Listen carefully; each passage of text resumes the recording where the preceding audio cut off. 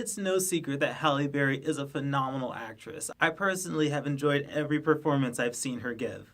But that doesn't always mean that every movie she's in is a great movie. Which brings me to The Call 2. Wait, it's not a sequel to The Call?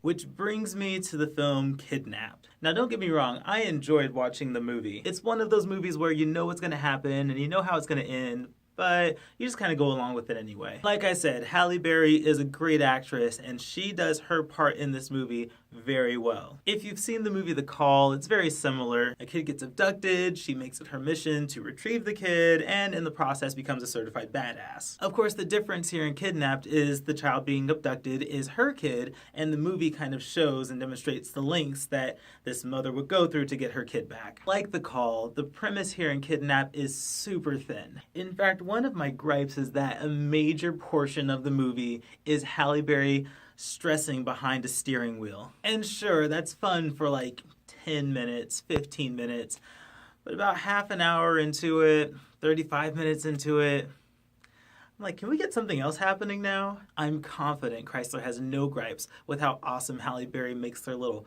front-wheel drive 7-seater soccer mom minivan look as she barrels through barricades and 4-wheel drives over rough terrain. But the problem that I have with the movie is that it's so implausible. As I'm watching these events kind of unfold, all I can think is, isn't anyone seeing this? All these people are swerving on the street and they don't think to call the cops. Aren't there red light cameras everywhere that would have gotten pictures of this mayhem happening? And interestingly enough, right after I think this stuff, even Halle Berry on screen has to admit things like, isn't anyone seeing this? All these people are swerving on the street and they don't think to call the cops. Aren't there red light cameras everywhere that would have gotten pictures of this mayhem happening? So while the movie is aware that this child abduction scenario is very real, it's also aware that this chase scene is very detached from reality. I just kind of wish the movie was a little more clever with how it integrated this chase scene with how the real world works. Now, once we get past all of the chasing and the freeway and the crazy driving, Halle Berry abandons the Chrysler minivan and has to then navigate a very dark and creepy home in order to find her kid. Now, this segment of the movie is where I officially tune in and am locked on what's going on. At this point, all of this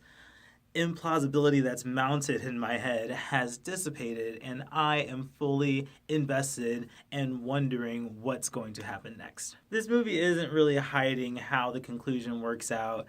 Everything kind of resolves in the way that you would expect. So don't look for any major twists or special surprises at the end. It really just kind of coasts right into the credits. And while Kidnap doesn't take too many risks, it certainly makes the most of Halle Berry's talent, regardless of how implausible or unbelievable or cliche a lot of the movie might be.